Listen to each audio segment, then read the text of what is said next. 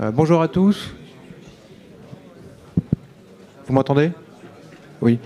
On va commencer la session parce que on a pris un peu de retard sur sur le calendrier, donc pour que les intervenants puissent parler et qu'il y ait assez de temps pour que la salle puisse interagir, on va commencer directement la table ronde.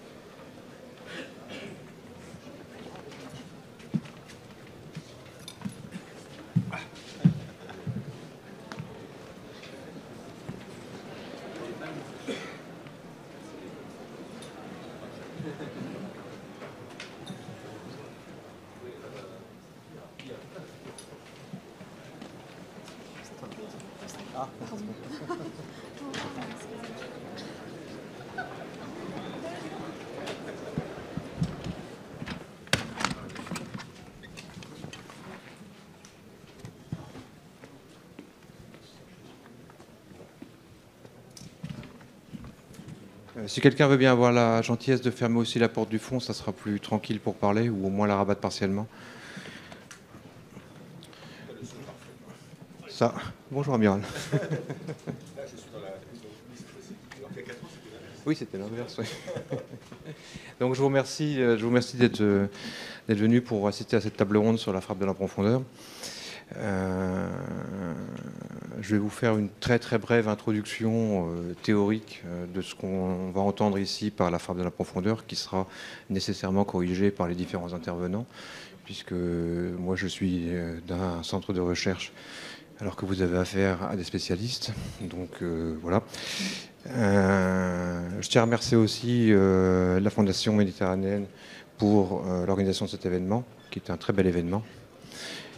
Et on va voir si les gens arrivent à fermer une porte. Oui. Donc, sans surprise, l'actualité des conflits met en évidence le rôle décisif de la frappe de la profondeur, qui reste quand même quelque chose qui, au niveau général, est relativement mal défini. Donc, pour vous définir la frappe de la profondeur, je n'ai pas cherché midi à 14h, j'ai pris un extrait de l'ancienne doctrine de 2013 qui décrit la frappe de la profondeur.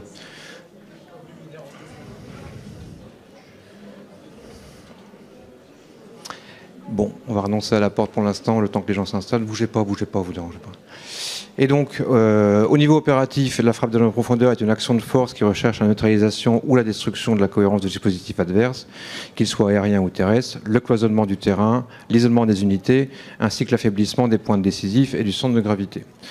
Au niveau stratégique, c'est une action de force qui vise les points décisifs, les centres de gravité de niveau stratégique. Les cibles visées ont un lien immédiat avec l'objectif politique poursuivi et l'état final recherché. Ces attaques sont de nature à avoir un impact majeur sur la volonté de l'adversaire et sa capacité à poursuivre son action. Vous noterez que dans cette définition de la frappe dans la profondeur, la question des effets, l'effet recherché, est extrêmement importante. Sur cette table ronde, on va avoir différents rétextes des opérations en Ukraine et des opérations entre Israël et l'Iran. C'est un élément assez important et dirimant. Techniquement, la capacité à réaliser la frappe de la profondeur va dépendre évidemment du système d'armes, sa vitesse, sa portée, sa capacité à pénétrer les défenses, soit par la vitesse, soit par la furtivité, soit aussi par la saturation. Et enfin, ce que je disais précédemment, l'effet sur la cible, c'est-à-dire la précision et la charge utile. Les éléments de précision chez nous sont connus, les éléments de charge utile sont parfois plus discutables. Autre élément extrêmement important, la frappe implique un ciblage dont l'efficacité dépend des moyens de renseignement, de surveillance et de reconnaissance, qu'on nommera moyens ISR dans la suite de la conversation.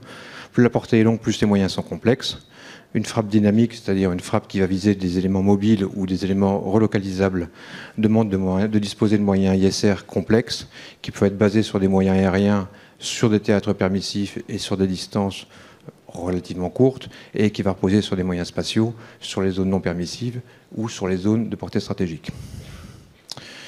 Pour la frappe dynamique, et ça c'est extrêmement important, donc la frappe dynamique qui va concerner les objets mobiles, la réduction de la boucle d'engagement est impérative, et donc la mise en œuvre de la stratégie de frappe doit se faire dans une temporalité qui est courte ou très courte, ce qui implique en fait d'importantes évolutions sur le C2 ou le C3.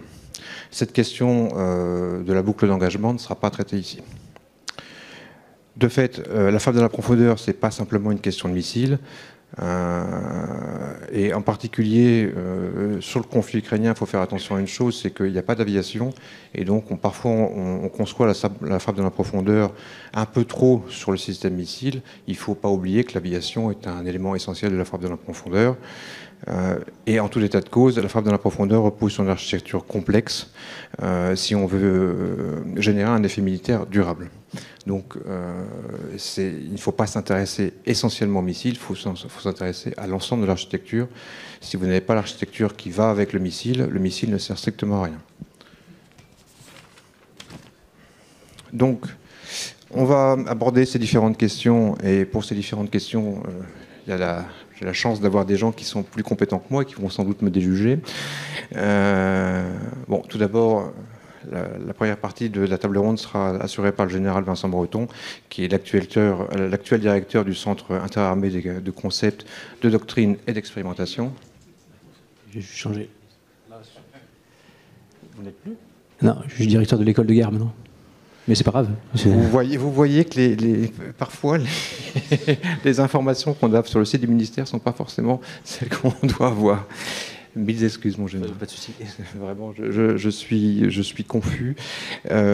Éventuellement, je vous laisse dire votre carrière parce que je ne voudrais pas faire 2 impairs supplémentaires. Donc, si vous pouvez juste en 2 mots résumer. Non, mais je suis directeur de l'école de guerre depuis effectivement septembre et auparavant directeur du CICDE. Pardon, vraiment. Oui, mais enfin, quand même, en tant que modérateur, c'est pas... Ensuite, nous aurons l'intervention d'Alexis Daboville, qui est directeur des programmes futurs de défense chez Ariane Group. Et ensuite, nous aurons l'intervention de Paul Huot, de MBDA, qui est actuellement en charge du développement commercial et de la stratégie produit. Éventuellement, je vous laisserai à vous trois le soin de juste détailler un petit peu vos CV en une phrase peut-être lors de votre intervention.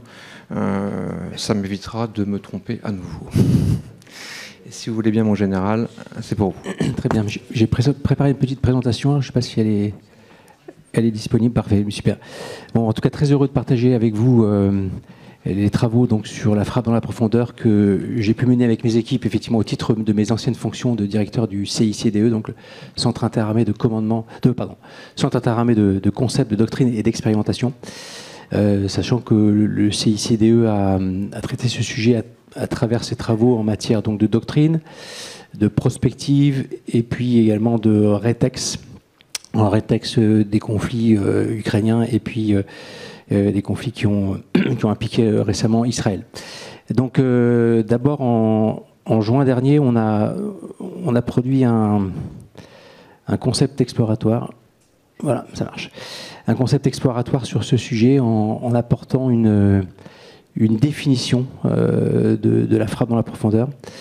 Donc, il va falloir que je trouve le bon angle pour... Voilà. Une définition, donc... je cite, une frappe dans la profondeur est une action offensive et cinétique visant à atteindre des cibles situées à une distance supérieure à 300 km du point de tir.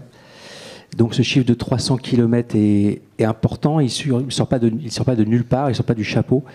C'est celui qui est communément utilisé à l'OTAN dès lors qu'on parle de DPS, de Deep Precision Strike.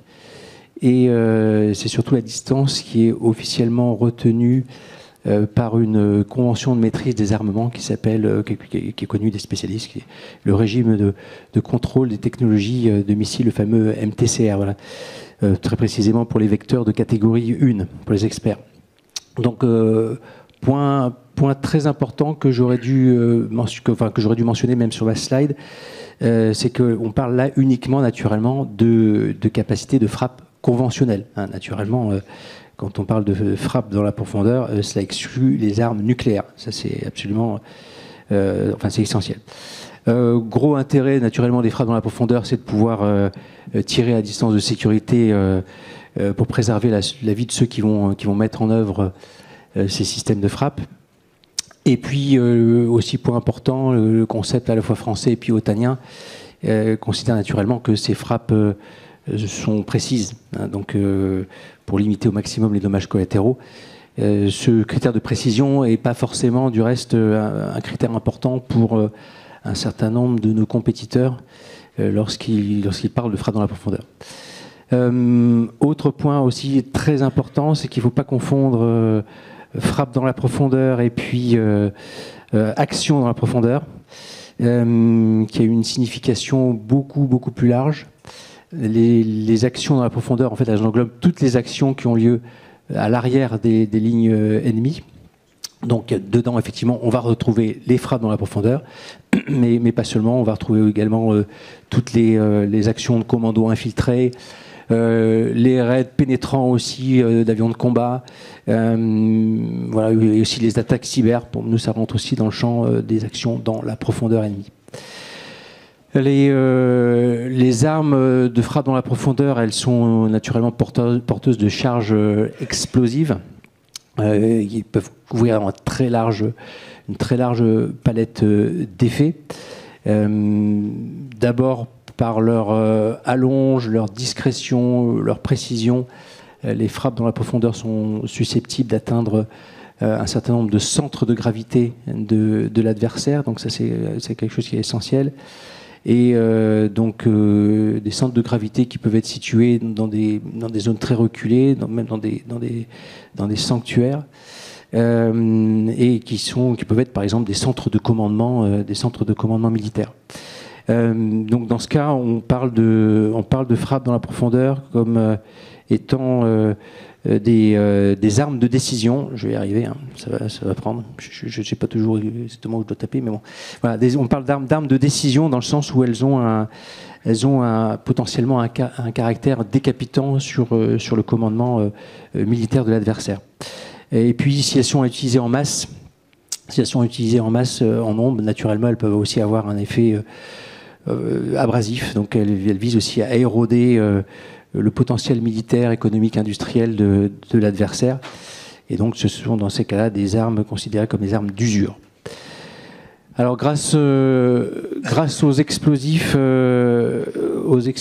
qu'elles projettent sur l'adversaire, donc ces armes ont des effets physiques, naturellement, dans les champs matériels. Mais ces effets physiques peuvent avoir aussi l'objectif premier de produire des effets dans les champs immatériels. Et je m'explique notamment l'idée est de pouvoir adresser avec des frappes dans la profondeur des messages de portée stratégique à l'adversaire pour signifier notre détermination et puis gérer une potentielle escalade. Voilà, donc l'idée de vraiment d'infléchir sa volonté assez rapidement avant que ça commence à dégénérer. Ensuite, Stéphane en a parlé dans son introduction. Alors, les champs immatériels, les voilà. Ce qui est très important, l'emploi efficace de ce type d'armes, en fait, suppose naturellement des capacités très performantes en matière de renseignement et puis de ciblage. Donc notre concept précise les différents types d'armes qui peuvent être utilisées pour les frappes dans la profondeur. Excusez la faute d'orthographe que j'ai vue ce matin, mais sur balistique, j'ai pas eu le temps de changer. Voilà, donc ça peut être des missiles de croisière, ça peut être des munitions téléopérées ou préprogrammées. Comprenez par là des missiles de croisière low cost, ce qu'on appelle en général maintenant des drones one-way attack, donc du type Shahed iranien ou Gueran russe. Donc on en reparlera dans quelques instants. Et puis naturellement, il y a aussi les missiles balistiques, les planeurs hypersoniques font partie de la liste. Idem pour les roquettes longue portée. Bref, toutes les armes qui dépassent les 300 km de portée depuis la position où elles ont été tirées conformément à la définition que je vous ai donnée. un point important, plus les moyens, on constate que plus les moyens sont diversifiés et sont diversifiés et sont nombreux, plus on complique naturellement les schémas défensifs de l'adversaire. Et c'est d'ailleurs un point qui ressort clairement des rétextes qu'on a pu établir ces dernières années, et notamment le rétexte de la guerre en Ukraine, qui va apparaître bientôt. Voilà. Donc voici une slide qui arrive, une slide intéressante qui présente un peu l'évolution du nombre de tirs russes dans la profondeur depuis 2022. Et vous pouvez voir vraiment une augmentation continue depuis l'été 2022, avec des pointes à 5000 frappes par mois, donc en juillet dernier, et puis même on a dépassé même les 6000 en août dernier, ce qui est absolument considérable. Et donc pour illustrer un peu ce que j'évoquais en préambule, les frappes russes dans la profondeur ont vraiment des effets à la fois physiques et psychologiques. Donc ça vise clairement des camps d'entraînement, ça vise des centres de commandement, des dépôts d'armement, des nœuds logistiques, des sites industriels, militaires, civils.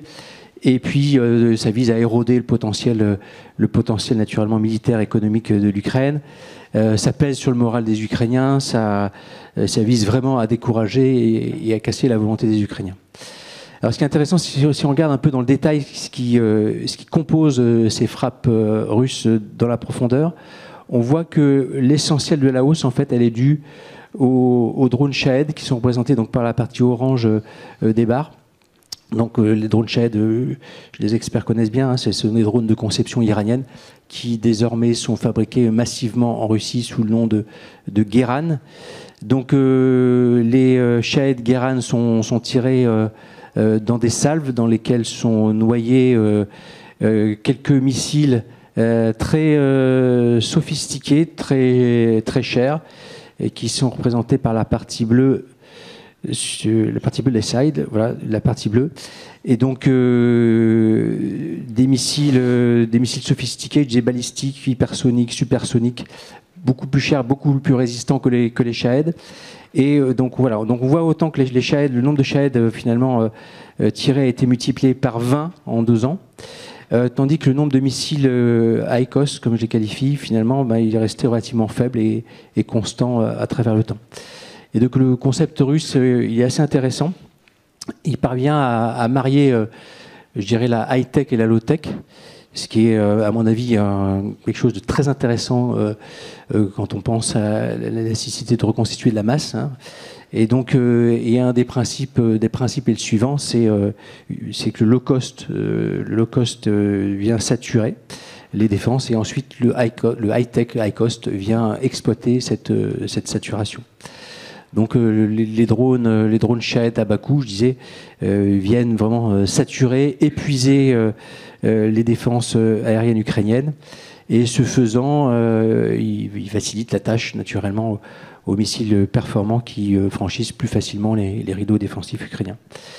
Voilà, donc c'est vraiment comme effet de venir user, saturer la défense aérienne ukrainienne. Et cette augmentation aussi de ces frappes, elle oblige naturellement également les Ukrainiens à sortir des systèmes de défense solaire des abords de la ligne de front, dégarnir la ligne de front pour venir répartir ensuite ces systèmes sur tout le territoire, et notamment aux abords des centres urbains. Et ce faisant, l'aviation russe récupère une plus grande liberté d'action aux abords du front.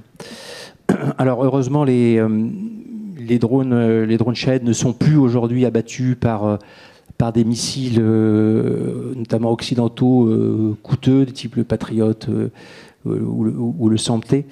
Donc maintenant, ils sont neutralisés par de la guerre électromagnétique, et puis surtout par des équipes ukrainiennes qui sillonnent l'Ukraine. Donc on parle de 1000 équipes ukrainiennes qui sont positionnées sur le territoire ukrainien, qui sont installées sur des pick-up équipés de 12-7 et qui sillonnent en permanence le pays.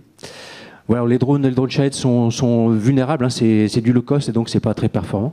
C'est lent, c'est pas manœuvrant, c'est pas très résistant, voilà, ça va pas vite. Et donc c'est l'essentiel est neutralisé. Et même si on voit que le taux d'interception des Shahed a diminué ces derniers mois pour s'établir aux alentours de 75-80%. Voilà, donc on voit tout l'intérêt, là encore une fois, de ces drones, on dit one-way attack, ou munitions téléopérées, préprogrammées, qui, encore une fois, ne sont ni plus ni moins que des missiles de croisière low cost, en tout cas c'est comme ça qu'il faut les considérer, et qui nous montrent que finalement la masse saturante low cost présente un vrai intérêt aux côtés de la haute technologie pour pénétrer les défenses aériennes. Alors maintenant, on va regarder la guerre des 12 jours, donc, qui a opposé Israël à l'Iran en juin dernier. Donc, durant cette opération baptisée Rising Lion, Israël, donc avec l'appui des États-Unis, qui a été un appui très important, a réalisé un certain nombre d'actions dans la profondeur, donc je précise bien d'actions dans la profondeur, combinant donc naturellement des frappes aériennes et puis des actions clandestines par des commandos infiltrés, et puis également des actions dans les champs immatériels en matière cyber, informationnelle, et puis également de guerre électromagnétique. Voilà, donc Israël a démontré une nouvelle fois des capacités de renseignement et de ciblage, notamment dans la phase amont, dans la phase de planification, qui sont absolument remarquables. Et puis en phase de conduite, il a démontré aussi une excellente intégration des multimilieux, multichamps, donc avec la capacité justement à synchroniser les effets dans les différents milieux et champs que j'ai juste précisés auparavant.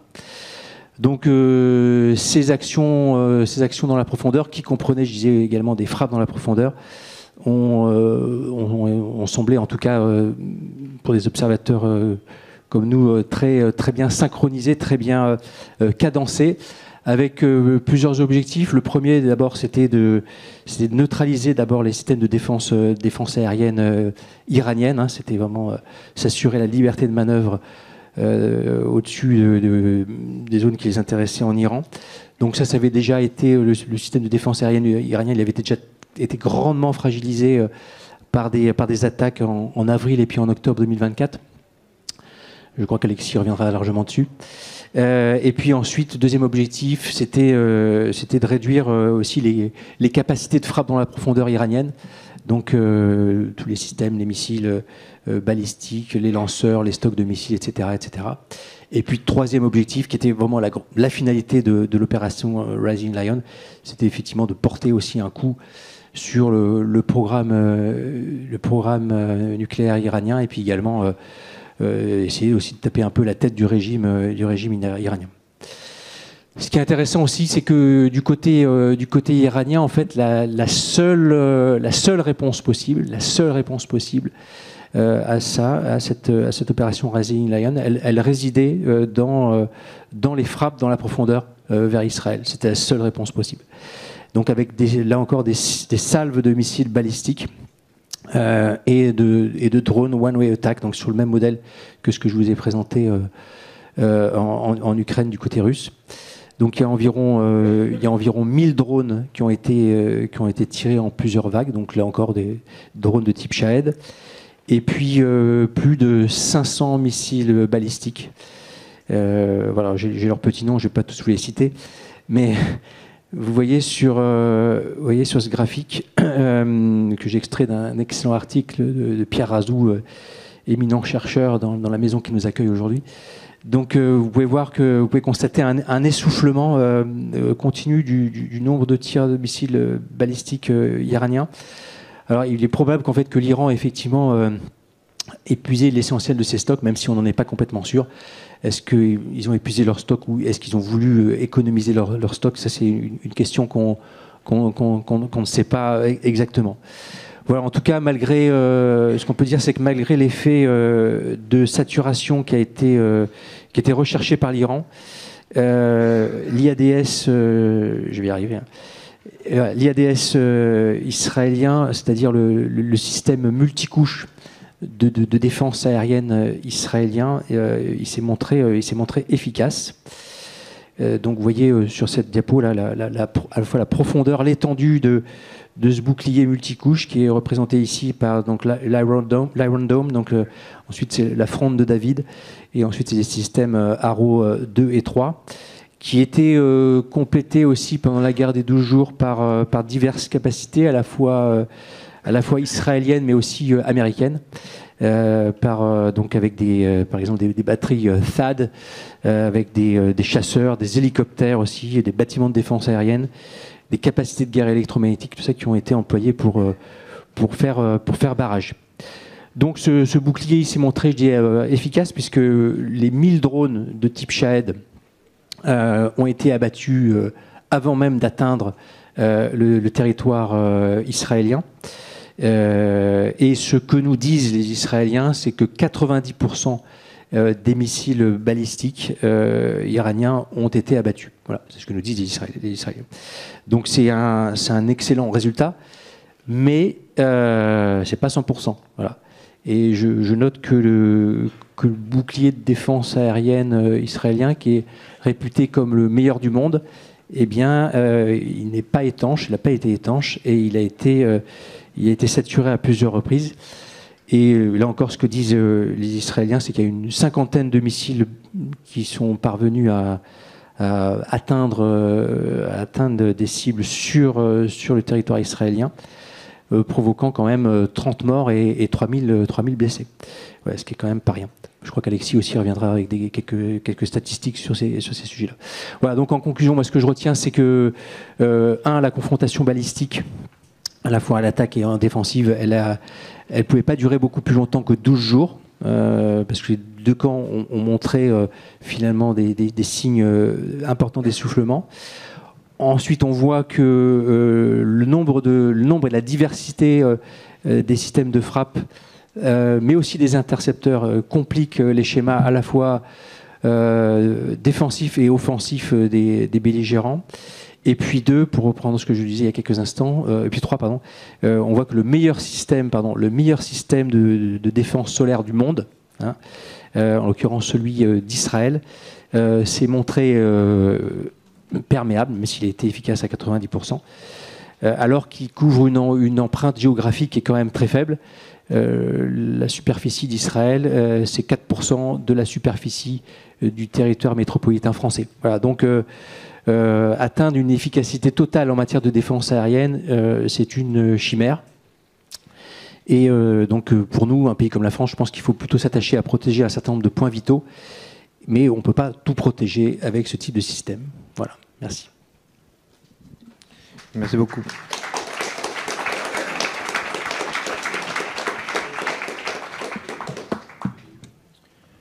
Merci beaucoup, mon général. Vous êtes en plus parfaitement dans les temps. Pour aller dans votre sens, d'ailleurs, il faut rappeler que sur ces histoires de frappe iranienne et de défense antimissile israélienne, c'est la combinaison d'Israël et des capacités américaines qui fait que la défense s'est montrée relativement hermétique. Et l'apport des Américains en termes techniques, c'est-à-dire en termes de zones d'interception, de couches d'interception, a été absolument crucial. Donc ça pose effectivement des questions sur la soutenabilité d'une défense antimissile face à des salves. Et c'est une transition qui n'est pas trop mauvaise, je pense, pour permettre à Alexis d'aborder des questions qui sont plus techniques sur ces aspects balistiques, mais aussi hypersoniques. Autant par rapport à ce qui s'est passé en Ukraine et ce qui s'est passé entre Israël et l'Iran. Autre aspect intéressant que devrait aborder Alexis, si je ne me trompe pas, une fois de plus, c'est les questions qui sont liées à l'ISR spatial, si tu me le confirmes. Et un aspect particulièrement intéressant, c'est aussi la neutralisation des ISR spatiales. Donc Alexis, si tu veux bien dire un mot sur ce que tu es. Alors, bonjour à tous. Alexis Daboville, donc j'ai un passif et un passé dans la dissuasion nucléaire au fond de l'eau et chez Ariane Group. Chez Ariane Group, pour rappel, on fait depuis plus de 50 ans la dissuasion nucléaire océanique, donc un système balistique, hein, je vais longuement en parler, des systèmes balistiques, tirés depuis des sous-marins. Et quand pour le compte de l'État français, on est responsable de l'évolution de la dissuasion nucléaire, on regarde en permanence le glaive, la mise au point du M51, ses évolutions, et le bouclier, c'est-à-dire ce qu'on a en face. Donc en permanence, depuis des dizaines d'années, on regarde les types de défense et le type de menaces, balistiques, hypersoniques maintenant, que l'on a en face de nous pour s'adapter. Donc c'est une veille permanente, et qui nous permet de manière incrémentale de faire évoluer le système de dissuasion pour qu'il reste tout le temps crédible. Du coup, quand on regarde ce monde en pleine évolution, il y a quelque chose qui frappe, c'est que si vous regardez la Chine, la Corée du Nord, la Corée du Sud, le Japon, l'Iran, les Houthis, même si c'est un peu iranien, Israël, la Turquie, les États-Unis, tous ces pays-là, j'en oublie, se lancent dans le balistique conventionnel pour faire de la frappe dans la profondeur. Donc à plus ou moins longue portée, ça va de 300 km jusqu'à 5000 km, un peu plus pour certains systèmes de classe qu'on appelle IRBM, voilà, de portée intermédiaire, avec non pas sans problème, et ça se posera en Centre-Europe, quand ces systèmes arriveront en termes de doctrine d'emploi, parce que pour ceux les plus anciens qui se rappellent, la problématique INF ou FNI risque de revenir, mais de manière conventionnelle en Europe et en Asie aussi, voilà, en termes de problématique. Donc pour décrire un peu pourquoi cette prolifération finalement balistique conventionnelle dans le monde, qu'on n'a pas forcément compris en France, parce qu'on s'est enfermé dans un schéma un peu mental de dire balistique égale dissuasion égale nucléaire, et je ne fais que ça, alors que tous les autres pays se lancent dans le balistique conventionnel. Et je vous rassure, la France y réfléchit et plus que ça, quoi. Voilà. Mais pourquoi? Alors, un système balistique, l'intérêt, c'est de vous pousser très très fort, très peu de temps, et après, vous avez une trajectoire qui vous est offerte par la montée en altitude, et la gravité vous donne le reste de la portée et de la vitesse. Donc, je veux dire, c'est un des meilleurs rendements, entre guillemets, pour aller loin et vite. Et quand vous allez loin et vite, vous pouvez monter plus ou moins haut dans l'atmosphère, voire dépasser l'atmosphère et avoir des portées qui nécessitent de passer dans l'espace. Typiquement, un missile conventionnel de classe 1000 km de portée, vous pouvez le tirer en trajectoire, ce qu'on avait plus ou moins entendu, toujours dans l'espace atmosphérique. Donc vous êtes sous les 100 km. Voilà. Et quand vous faites ça, vous avez une vitesse de pointe de Mach 10, vous avez une vitesse à l'impact de Mach 5, et vous avez un temps de parcours, 1000 km, en moins de 10 minutes. Si vous faites un tir tendu, 500 km, c'est 5 minutes. Donc les capacités offertes par le balistique de réactivité, de frappe à très très grande vitesse vont aller de pair avec les réflexions de boucles OODA, c'est-à-dire d'observation, d'orientation, de décision de frappe et d'action, pour gérer un tempo beaucoup plus rapide que celui de l'adversaire, c'est-à-dire avoir un aspect dynamique de la guerre permis par ces vitesses balistiques, mais qui nécessite, on va en reparler, de systèmes qui désignent et après de décisions rapides dans la frappe. Un point extrêmement important dans cette rapidité de mise en œuvre, il y a une rapidité physique intrinsèque propre au balistique, mais comme vous volez haut, vous passez au-dessus de tous les systèmes de défense. Alors attention, quand on parle de système de défense, j'ai une petite confusion en général, il y a les systèmes de défense solaires et les systèmes de défense antimissiles balistiques, et ça n'a rien à voir, et la confusion est entretenue quand on parle de multicouches. Les SM3, les THAAD, l'ARO3, ce sont des systèmes exo-atmosphériques qui interviennent au niveau de l'espace. On n'est plus du tout dans le système solaire, même s'il y a de la THA entre eux, et là ça nous amènerait un peu loin la problématique de la très haute altitude, mais voilà. Et il y a souvent une confusion parce que la physique du coup n'est pas les mêmes, les contraintes physiques ne sont pas les mêmes pour les intercepteurs. C'est un point important. Et donc du fait de cette nature de trajectoire, un système balistique, finalement c'est l'artillerie moderne, ou c'est l'artillerie prolongée. C'est que vous allez du point A au point B, vous ne vous souciez pas de ce qu'il y a entre le point A et le point B, vous y allez. Donc la préparation de mission, elle est simplissime. Vous pouvez régler l'apogée à la rigueur, c'est-à-dire l'altitude max, et terminer, quoi. Donc ça offre aussi un gain de réactivité, parce que vous n'avez pas besoin d'avoir la boucle de renseignement nécessaire entre le point A et le point B pour voyager, entre guillemets. Donc ça, c'est un des intérêts. Voilà.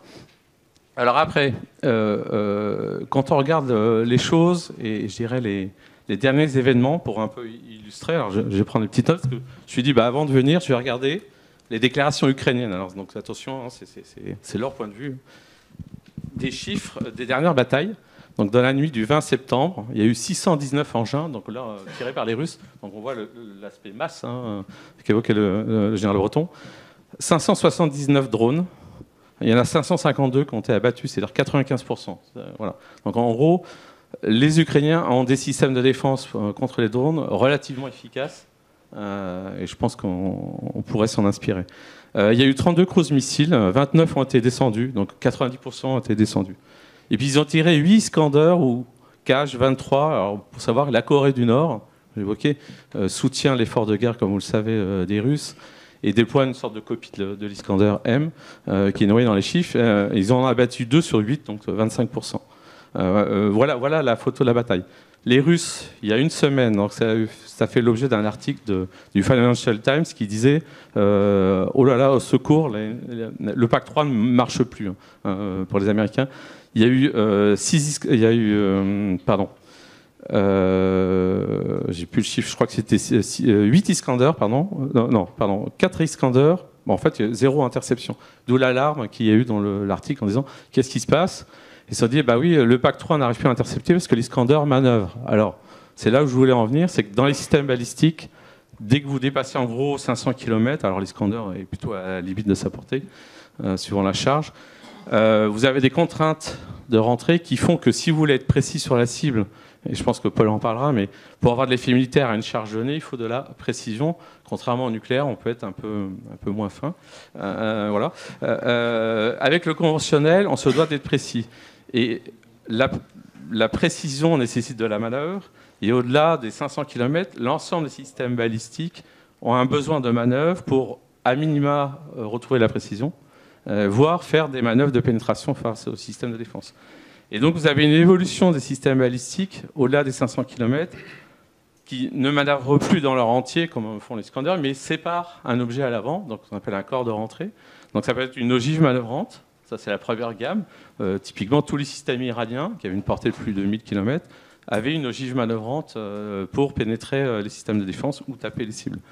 Et puis l'autre évolution, je dirais un peu plus ultime, c'est ce qu'on commence à voir à défiler à Pékin, c'est les planeurs hypersoniques. C'est-à-dire que vous allez chercher à minimiser la phase balistique pour rentrer dans les hautes couches d'atmosphère et puis finalement passer sous les défenses exo-atmosphériques et au-dessus des défenses solaires ou à ABM limité. Voilà. Aujourd'hui, opérationnellement, on ne voit pas de planeurs hypersoniques, en tout cas dans les conflits. On n'en a pas vu en Ukraine. On n'en a pas encore vu dans la guerre Iran-Israël, mais voilà quoi. Donc on voit quand même une adaptation de la frappe de la profondeur. C'est là que je voulais en venir, c'est que à 15 jours d'intervalle, les Russes ont modifié leur façon d'attaquer pour avoir un taux de pénétration finalement de 100%. Bah, il n'y en avait pas beaucoup, mais parce qu'ils ont commencé à mettre en place des manœuvres. On savait que ça existait, mais des manœuvres terminales pour la pénétration, et avant, ils ne les mettaient pas forcément en jeu. Donc il y a une adaptation de l'attaque-défense permanente. Si je prends en général, vous avez abordé la guerre Iran-Israël, elle est vraiment éclairante sur l'adaptation de ceux qui attaquent et de ceux qui se défendent à chaque période. Donc il y a eu la première attaque Iran-Israël, c'était en avril 2024. Donc là, je dirais que c'était un peu un match de catch, c'est-à-dire que les deux étaient un peu complices.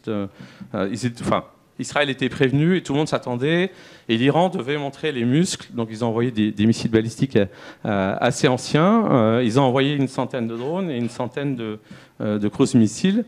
Seuls les missiles balistiques sont passés et il y a eu une interception supérieure à 90% par les Israéliens, et les Américains qui étaient bien positionnés. Alors, tant en système de missiles, donc on a évoqué le SEM-3, et à ce stade, c'était que le SEM-3, et puis des systèmes israéliens, et puis surtout une coordination, donc un C2 forcément coordonné, et doublé très probablement d'un système d'alerte spatiale américain, et c'est là où l'espace commence à rentrer en jeu, qui prévient de l'attaque, de l'imminence de l'attaque, et qui commence à orienter les radars israéliens et américains vers la source de l'attaque et pour pouvoir engager des intercepteurs. Donc c'est toute une mécanique assez complexe, effectivement, qui ne s'improvise pas et qui nécessite une coopération extrêmement étroite du point de vue de la défense. Donc en avril, c'était, je dirais, voilà, on avait fait le match, entre guillemets. Les Iraniens avaient tiré, alors je ne sais plus, c'était 100 missiles balistiques. Ils ont à 90% été interceptés. Voilà, on était arrêté là. Et Israël a quand même répondu. Et là, ça rejoint le débat qu'on a eu avec les chefs d'état-major des armées par si je me prends une gauche, je vais donner une droite. Hein. C'était, je crois, le CEMAT qui disait ça. Et les Israéliens ont donné une droite beaucoup plus subtile que d'envoyer 100 missiles balistiques. Hein. Il ne faut pas oublier qu'Israël est une puissance dotée, hein, pas officiellement, mais de l'arme nucléaire. Ils ont envoyé un raid de F-15 avec des missiles balistiques sous avion. Donc, c'est des systèmes, on ne va pas plus décrire là, mais détourner les engins cibles et qui ont été modifiés pour pouvoir faire des frappes à grande portée, hein, plus de 1000 km à partir du largage de l'avion. Et ils ont visé très précisément un système solaire S-300 qui protégeait la zone de Natanz, là où le complexe nucléaire, une partie du complexe nucléaire iranien. Avec un message très très clair, bah voilà, moi je peux frapper quand je veux, et je passe tout au système de défense. J'ai même pas survolé l'Iran. Ça a été tiré à la frontière entre la Syrie et l'Irak. Hein, et voilà, ils sont passés en Syrie sans trop de problèmes. Et ils n'ont même pas survolé l'Irak et ils ont tapé leur cible avec une précision, je dirais, métrique, hein, pas loin du métrique. Et ils ont détruit cette batterie solaire. Donc c'était un premier avertissement israélien. Et on va le voir par la suite, c'était aussi une répétition de ce qu'ils ont mené en termes de raids aériens pour détruire les systèmes solaires iraniens. Octobre 24, là on est dans une autre phase du match, entre guillemets, de la guerre plutôt. Là il y a eu plus de 200 missiles tirés par les Iraniens. Et uniquement des missiles, ils ont arrêté les drones et des cruises. Plus de 200 missiles en moins de 20 minutes. Et ça c'est un point important, c'est-à-dire que cette salve de plusieurs dizaines de missiles parfois coordonnés en termes de trajectoire et d'arrivée sur objectif en moins de 20 minutes, là, le système de défense a dû traiter finalement une attaque massive et saturante. Et là, je ne rentrerai pas dans les détails, mais il y en a eu beaucoup qui sont passés. Beaucoup. Et ça a été extrêmement limite en termes de système de défense. Et les stocks, je dirais, des systèmes de défense sont descendus bien bas, tant côté israélien qu'américain. Il y a eu la décision américaine d'installer après le THAAD, donc un système complémentaire de défense, pour traiter l'attaque iranienne. Pourquoi ? Parce qu'entre avril et octobre, ils avaient changé de stratégie. Au-delà de la saturation, ils avaient envoyé des missiles avec des trajectoires très tendues, c'est-à-dire très basses, sous les systèmes de défense exo-atmosphérique. Donc il fallait chercher la menace beaucoup plus bas, d'où l'envoi du THAAD américain qui a été essentiel pour la bataille après de juin. La bataille de juin 25, les 12 jours évoqués. Là, la différence, ça a duré 12 jours et pas 20 minutes. Hein.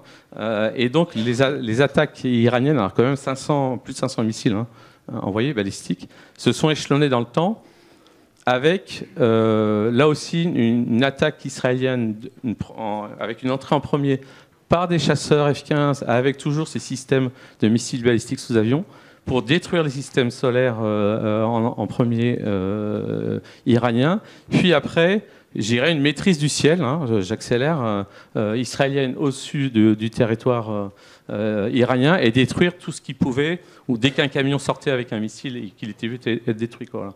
Donc il y a eu une adaptation en permanence du glaive de bouclier avec un fait majeur, c'est-à-dire que nous, chez Ariane Group, la modélisation de la bataille balistique, on fait ça depuis 50 ans pour des besoins de dissuasion. Là, on a vu pour de vrai, depuis 2024, une bataille balistique d'ampleur. Et on dit qu'on a un tournant stratégique. Cette guerre-là, maintenant, elle est réelle. Quoi. En Ukraine, elle est plus limitée. Là, elle a été massive. Donc ça pose des questions assez fortes. Alors après, pour en venir, parce que le temps tourne, aux besoins de ciblage et donc s'adapter à la réactivité qu'offrent les systèmes balistiques et hypersoniques, finalement, il faut pouvoir détecter la cible et pouvoir l'engager rapidement. Une grosse évolution, c'est l'évolution du segment spatial pour, je dirais, augmenter la transparence du champ de bataille. Alors, il y a bien évidemment des commandos, il peut y avoir des drones, je dirais, tout système d'observation contribue à établir la situation, mais en ce moment, il y a une massification de la capacité à observer le champ de bataille par des constellations qui sont en train de se déployer.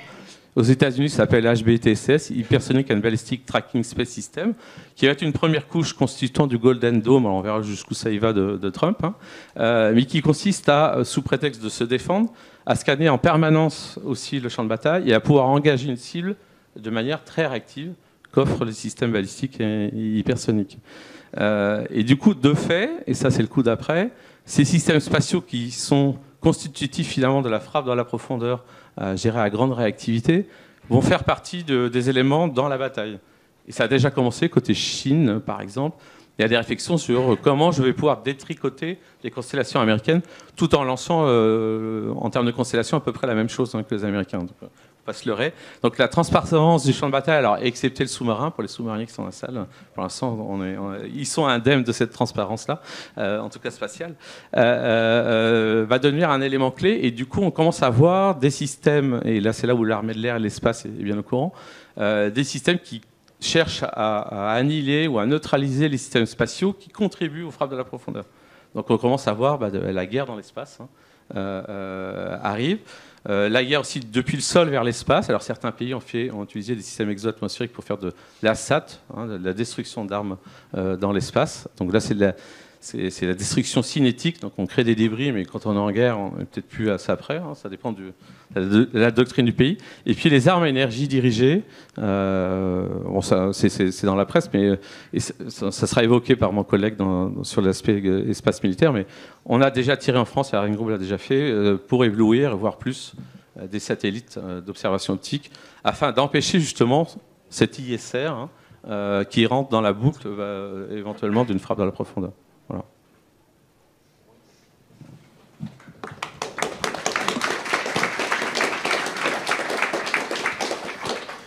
Donc, merci beaucoup Alexis.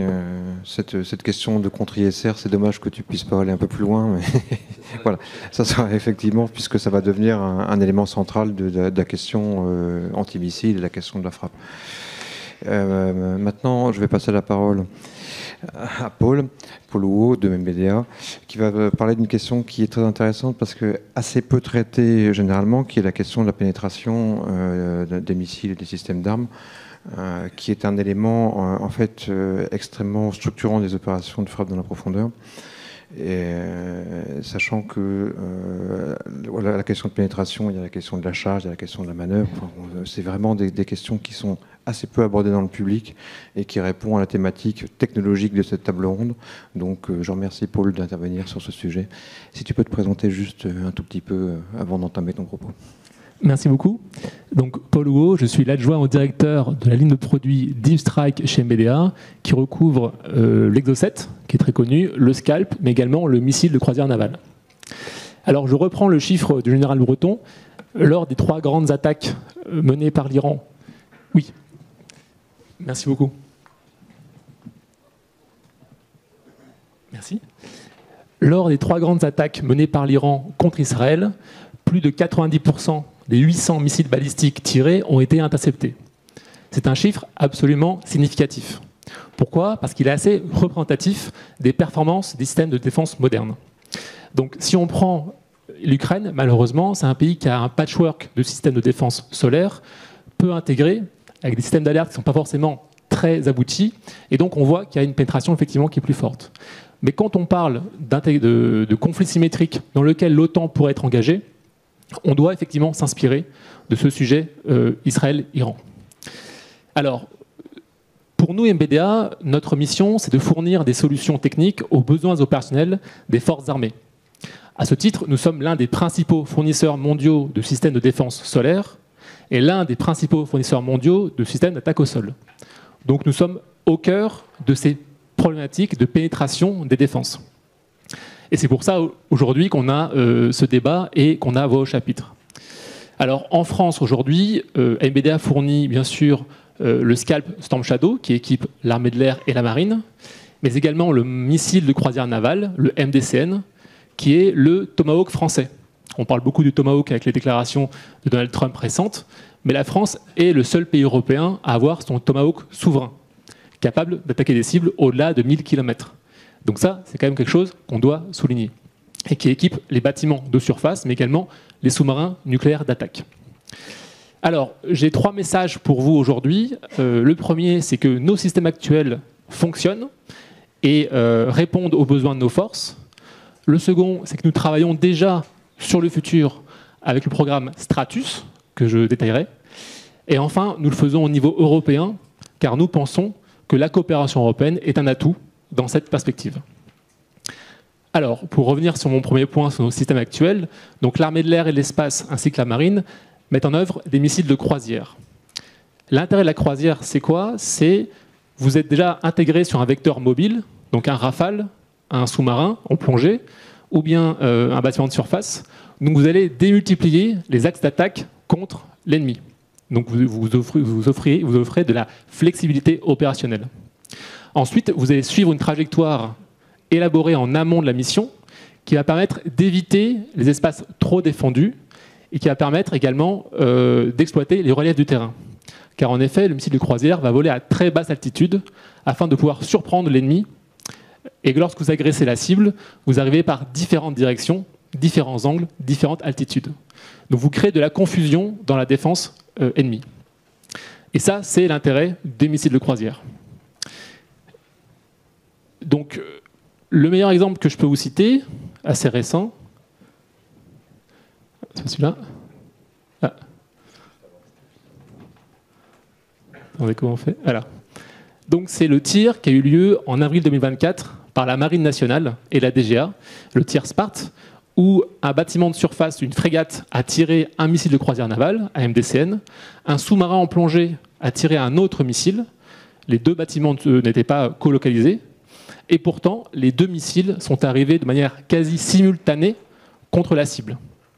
Et ça, c'est une prouesse capacitaire que peu d'États dans le monde possèdent. Et ça illustre bien les capacités du missile de croisière de pouvoir surprendre les défenses, car vous avez deux missiles qui arrivent de manière synchronisée et qui surgissent au dernier moment contre une cible. Et donc, vous pénétrez les défenses. Et donc ce tir, effectivement, vous pouvez aller voir sur Internet, il y a une très bonne vidéo qui l'illustre, faite par la DGA et la Marine. Alors, nous, MBDA, on a ce rétex à la fois lié à ces exercices que je décris, mais également lié à l'emploi de nos armes par nos clients. Car nous équipons la plupart des armées de l'air européennes, mais également bon nombre d'États dans le monde qui ont acquis le Rafale ou l'Eurofighter. Et donc nous avons un rétex, un retour client extrêmement riche, qui alimente notre prospective et qui nous permet de planifier les missiles de demain, en s'appuyant sur ces rétex variés et effectivement extrêmement utiles. Donc l'idée, c'est bien sûr pas de préparer la guerre d'hier, ni même la guerre d'aujourd'hui, mais bien le conflit symétrique de demain. Et pour cela, nous étudions effectivement les tendances issues des conflits que l'on a évoqués aujourd'hui. Alors qu'est-ce qu'on voit? Alors c'est un truisme que de le dire, mais on voit une hausse de la conflictualité mondiale et donc un risque de guerre symétrique, ce qu'on appelle le peer-to-peer, donc un adversaire conventionnel aussi, quelque part aussi capable que nous, alors que précédemment, on s'inscrivait plutôt dans des conflits asymétriques, où quelque part, l'OTAN avait un avantage capacitaire très fort. L'autre aspect que l'on voit, et on l'a évoqué aujourd'hui, c'est l'accroissement des défenses aériennes, avec une multiplication, une intégration plus forte, une mobilité plus forte, des systèmes multicouches qui deviennent de plus en plus performants. Et donc une menace qui évolue et qu'on va devoir traiter. Quand on parle de ceci, on parle aussi de guerre électronique et donc des capacités de brouillage des signaux GPS utilisés par les missiles. Donc si votre missile ne repose que sur une navigation GPS, vous êtes à risque d'être brouillé par les systèmes de défense. Et on voit en Ukraine, c'est extrêmement fort. Ce qu'on voit également, c'est le risque de perte de la suprématie aérienne, ou du moins de ne pas pouvoir la conserver dans le temps pour l'OTAN, en raison de cet accroissement des menaces. Enfin, du côté de l'attaquant, ce qu'on voit, c'est une massification qu'a décrite le général Breton, avec l'emploi de drones d'attaque, one-way effectors, one-way attack, qui sont les Gérans russes ou les Shahed iraniens, qui sont utilisés à la fois pour saturer les défenses, mais également à des fins de bombardement de masse. Et donc on voit effectivement le recours à ces techniques de saturation et reposant sur la masse.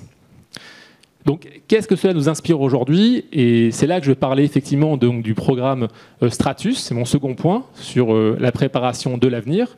Donc, nous travaillons depuis assez longtemps avec plus de 750 ingénieurs sur ce programme, anciennement appelé FMAN-FMC, car la défense adore les sigles. Donc, c'est Futur Missile Anti-Navire, Futur Missile de Croisière. Et pour le résumer de manière simple, c'est un système commun, 2 missiles complémentaires pour 4 missions critiques. Alors, bien sûr, la frappe au sol, la mission anti-navire, mais également la mission qu'on appelle SETDED, notre sigle, c'est-à-dire suppression des défenses aériennes et destruction des défenses aériennes. Et une autre mission critique qui lui est liée, c'est la destruction des avions radars, donc les aéronefs à haute valeur ajoutée. Donc ce qu'on appelle AWACS côté OTAN ou A50 côté russe. Des avions qui sont dédiés à la surveillance aérienne et la détection des menaces. Et donc, je reviens sur le SETDED, c'est une capacité critique aujourd'hui. Car on l'a quelque peu oublié dans les conflits précédents. Comme je disais, on était dans des conflits plutôt asymétriques. Mais aujourd'hui, on voit qu'on a besoin de créer des corridors dans ces défenses qui nous sont opposées. Et ici, donc, il y aura 2 missiles. Le premier, c'est le Stratus Rapid Strike, donc, qui est au-dessus sur la photo, qui lui sera effectivement ce missile qui va redonner à l'armée de l'air et à la marine cette capacité de destruction des défenses aériennes. Et pour ça, il va combiner 2 choses, la grande vitesse et la grande manœuvrabilité. Les 2 sont essentiels. Si vous n'êtes que rapide avec une simple évasive, vous êtes au menu des systèmes de défense modernes comme le SAMP-T, comme le PAC-3 MSE ou les systèmes russes. Donc il faut la grande vitesse, je dirais même terminale, et la manœuvrabilité. L'autre missile que l'on voit, c'est ce qu'on appelle le Stratus LO, donc Low Observable, car il est extrêmement furtif. Il va avoir une furtivité active et passive. Donc c'est un missile qui va chercher à échapper à la détection radar et infrarouge. Donc on travaille sur la cellule du missile, on travaille sur les matériaux afin de réduire au maximum cette signature. Et puis il va voler à très basse altitude également pour échapper à la détection. Donc 2 missiles qui sont complémentaires dans leur mode d'emploi pour attaquer des cibles très défendues. Et enfin, je dirais qu'aujourd'hui, on a 3 modes de pénétration, donc la vitesse, manœuvrabilité, la furtivité, et puis en 3e mode, c'est la partie, ce qu'on appelle le combat collaboratif. Le combat collaboratif, c'est la capacité à faire agir ensemble des missiles qui vont en temps réel. Donc vous allez avoir des salves de missiles, un peu comme on voit en Ukraine, mais au lieu d'avoir de la saturation simple avec l'envoi de plein d'effecteurs, vous allez combiner, vous allez ajouter de l'intelligence, je dirais, donc de la saturation intelligente.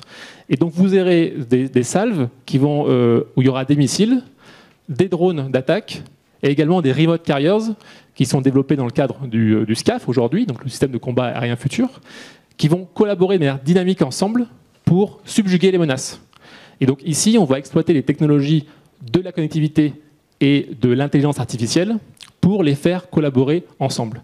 Et il y a 2 ans, au Bourget, on a présenté le concept qu'ils appellent Orchestrike, qui est la manière pour MBDA de gérer ce combat collaboratif intermissile pour demain. Donc 3 grands modes de pénétration. Alors, quand on m'écoute, on a l'impression que la pénétration, c'est le sujet essentiel des missiles, parce qu'effectivement, c'est le sujet de la table ronde. Mais bien sûr, ce n'est pas le seul critère pour un missile. Je dirais qu'il y a 4 grands critères principaux à conserver en tête. Bien sûr, la pénétration ou la survie. Ensuite, la portée. Donc, à nouveau, avec la France, qui a aujourd'hui le seul missile conventionnel capable d'aller au-delà de 1000 km, avec le missile de croisière navale. Et puis également l'effet terminal. Et ça, c'est la combinaison de la précision et de la létalité. Si vous avez une petite charge et que vous êtes peu précis, votre effet terminal risque d'être assez nul, car votre rayon d'action de votre charge militaire sera réduit. Si vous voulez taper des postes de commandement qui sont protégés, qui sont durcis, vous devez être extrêmement précis et vous devez avoir une charge adaptée à la pénétration des défenses. Et typiquement, ça, c'est la mission du Scalp. Et on a des cas en opération où 2 missiles Scalp ont été tirés contre un poste de commandement enterré. Les 2 missiles sont passés par le même trou. C'est ça qu'on appelle la précision métrique. Le dernier critère, je dirais, c'est le critère du prix. Et là, je m'adresse aux contribuables que vous êtes également, dans le débat budgétaire qui nous anime.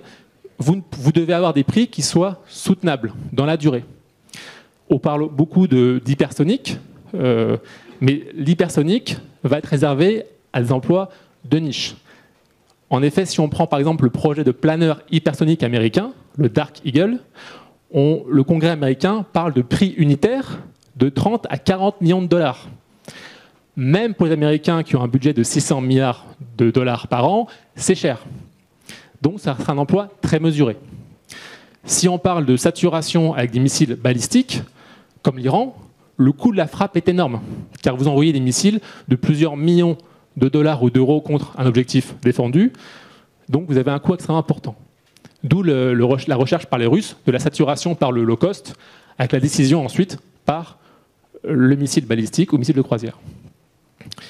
Donc je dirais que c'est les 4 grands critères que l'on doit retenir quand on analyse quelque part un missile. Enfin, j'arrive à mon dernier point. J'ai encore le temps. Mon dernier point, ce qui est l'aspect coopération européenne. Quand on lit la presse aujourd'hui, parfois on a l'impression que la coopération européenne, c'est compliqué, on ne sait pas faire, tout le monde veut nous trahir tout le temps. Mais l'amiral Vendier l'a dit, on n'a pas le choix que de coopérer. On doit le faire au niveau européen. Et ici, MBDA est un outil pour le politique pour coopérer. En effet, notre société est née de la coopération européenne, est née avec le programme Scalp Storm Shadow. Donc le même missile de croisière qui équipe l'armée de l'air britannique et puis les Français. Et maintenant, bien sûr, d'autres armées. La coopération, ça a du bon. Pourquoi? Parce qu'on va mettre en commun des ressources budgétaires, on met en commun des ressources humaines, et puis, comme on fait de plus grands volumes, eh ben, mathématiquement, ça réduit le prix série. Et donc, c'est intéressant aussi, à nouveau, pour les armées et le contribuable. Et puis, quand on veut atteindre des capacités technologiques très élevées, il faut pouvoir s'appuyer sur l'innovation à travers l'Europe. Et donc ça, c'est important. C'est pour ça que ce programme Stratus, aujourd'hui, on le mène en coopération avec le Royaume-Uni, l'Italie et la France.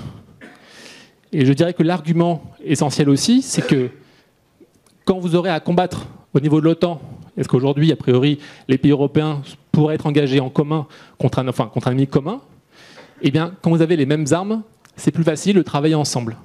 Donc, vous favorisez aussi l'interopérabilité des forces avec ces mêmes armes. D'où le fait, effectivement, que ces missiles équiperont demain l'Italie, le Royaume-Uni et la France, qui pourront ensuite les mettre en œuvre de manière commune. Donc, MBDA, nous, on a une approche assez différente. On dit il faut coopérer. Nous avons créé les outils, la culture, et nous avons l'expérience pour des coopérations qui sont réussies. Et ce n'est pas quelque chose qui s'invente. C'est quelque chose sur lequel on doit travailler sur le long terme. Donc, en conclusion, je vous redonnerai mes 3 grands messages. Nos systèmes actuels donnent la suprématie opérationnelle à nos forces. Cela fonctionne, et nous avons le rétexte de tous nos clients qui le confirment.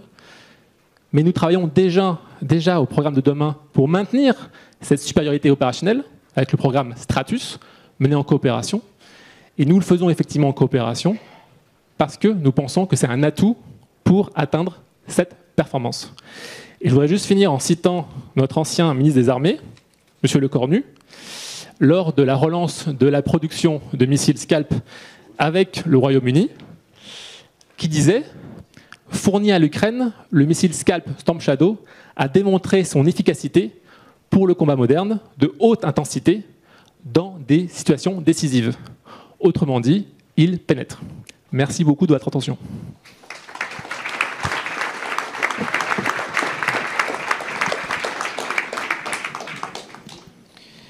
Merci beaucoup, Paul.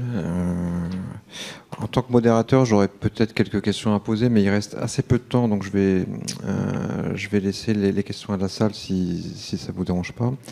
Je suggère néanmoins, dans les questions que vous posez, de chercher un peu la petite bête, puisqu'il y a forcément des points de désaccord qu'on peut sentir entre les questions exo-atmosphériques, endo-atmosphériques, les questions de pénétration. Il y a aussi la question du coût, la question du rapport coût-effet. Donc les questions sont multiples. Si vous pouvez poser une question qui est brève et qui, si elle peut être incisive, c'est plus amusant, je vous en prie, posez vos questions. Elles sont là, ouais.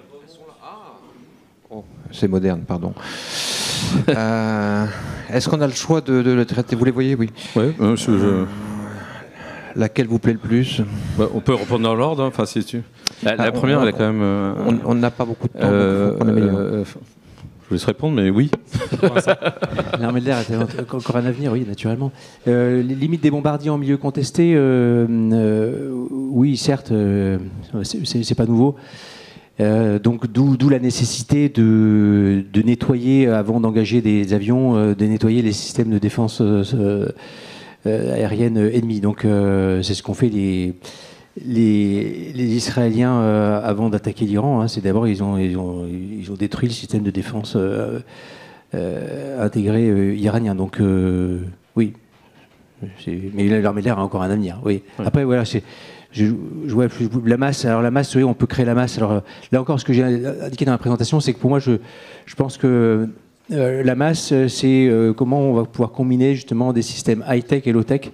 Et donc je pense avoir bien démontré dans mes slides l'intérêt d'avoir de la low-tech et de la high-tech justement pour reconstituer la masse.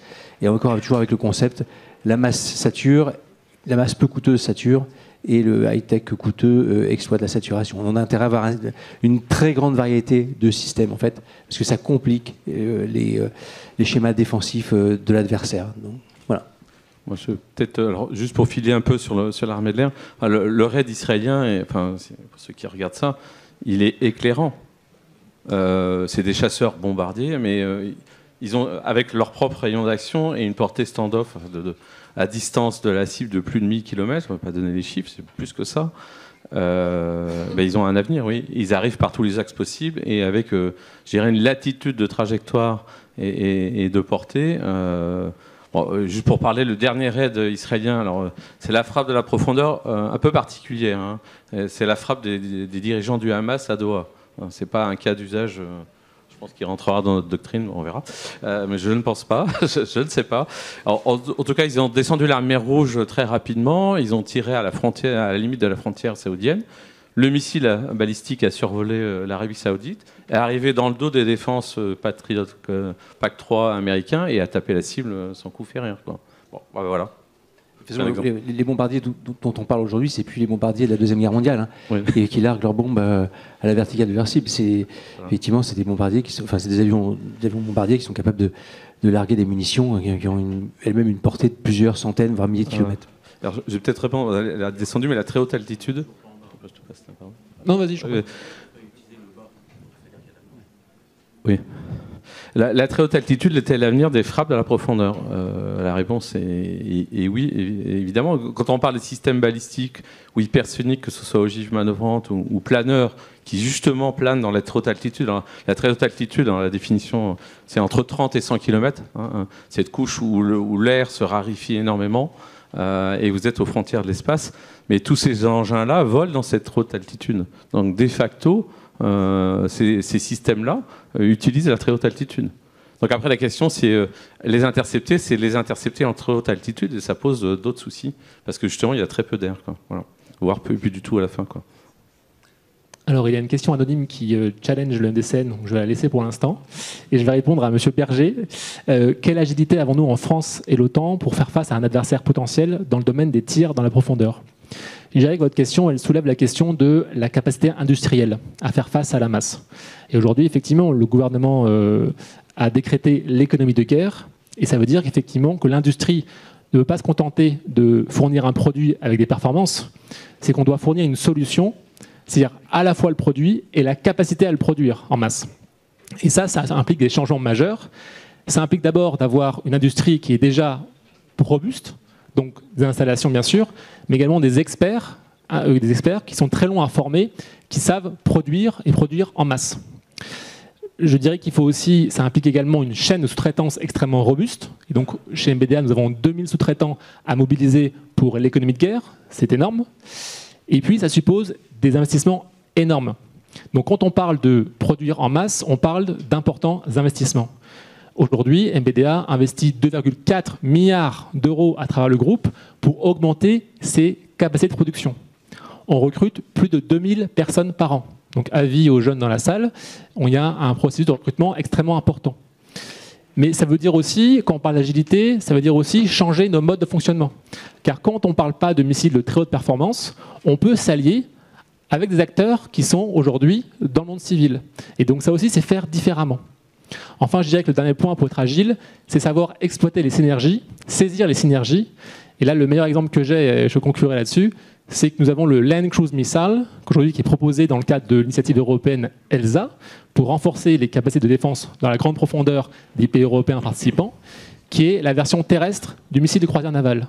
Donc on prend un missile existant sur lequel la France a investi pendant 20 ans, on le met sur un porteur terrestre, un camion, et ça fait une capacité de défense pour les pays du flanc est européen extrêmement utile, rapidement disponible et très dissuasive.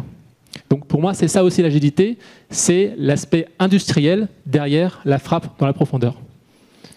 Ouais, pour compléter juste, on l'a vu, hein, on ne peut pas avoir un bouclier étanche pour protéger l'Europe face aux frappes dans la profondeur. C'est pas possible.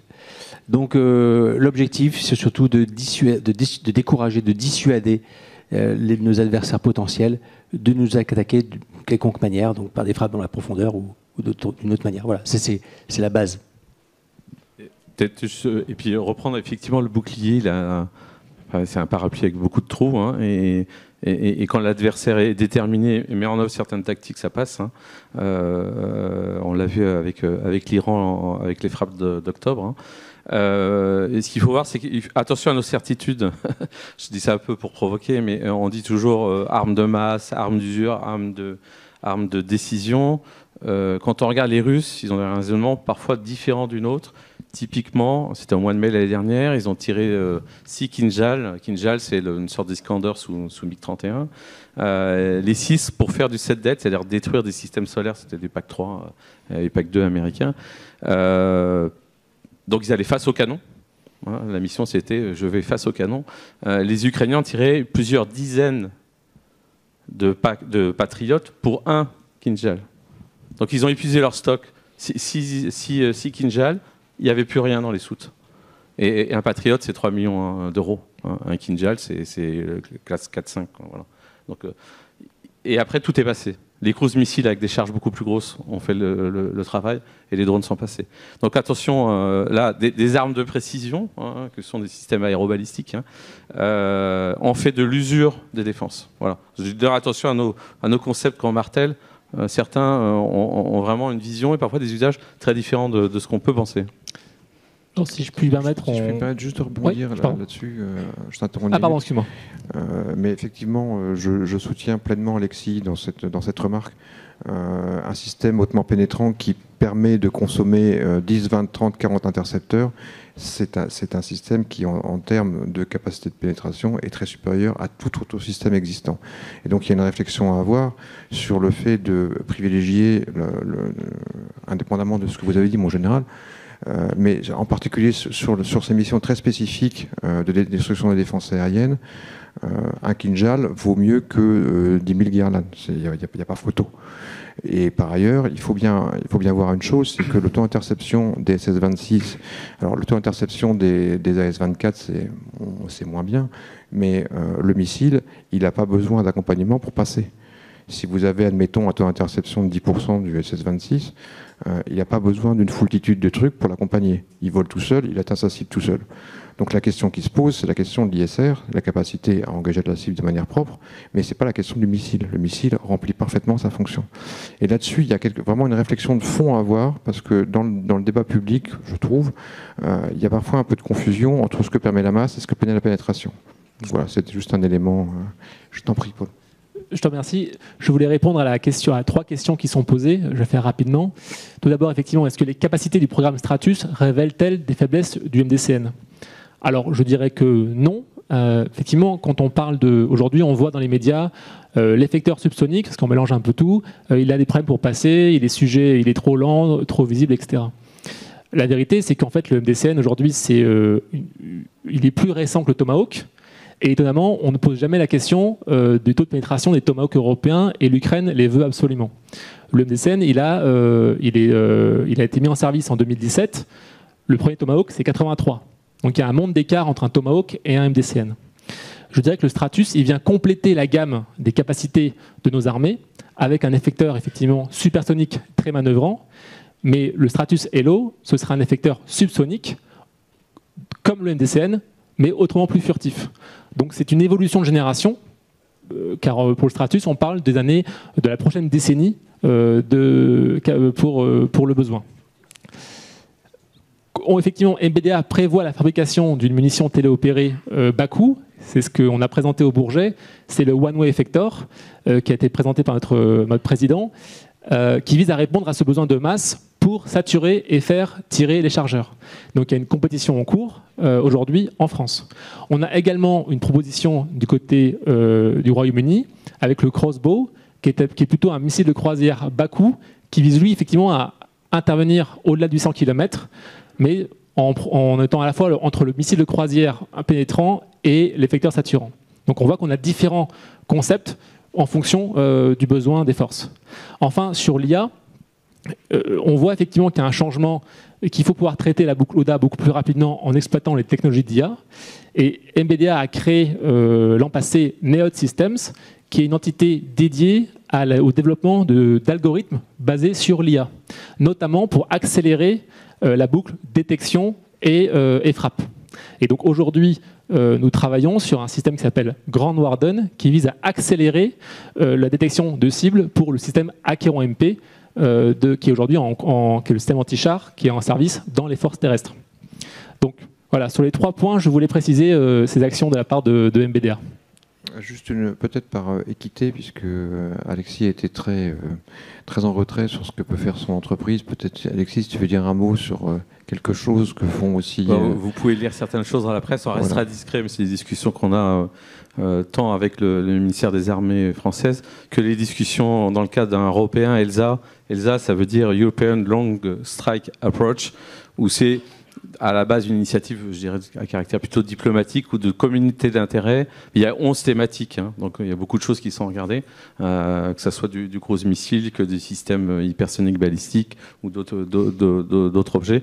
Donc voilà, il y a une recherche un peu au niveau européen de réflexion sur le sujet. Donc on est sur ces sujets-là, mais je resterai discret, c'est notre culture. Alors à ce moment-là, bon, je pense qu'il va être temps de nous libérer, sauf si peut-être une question dans la salle, non ? Bon, alors levons le camp. Je vous remercie tous pour vos interventions. Merci beaucoup.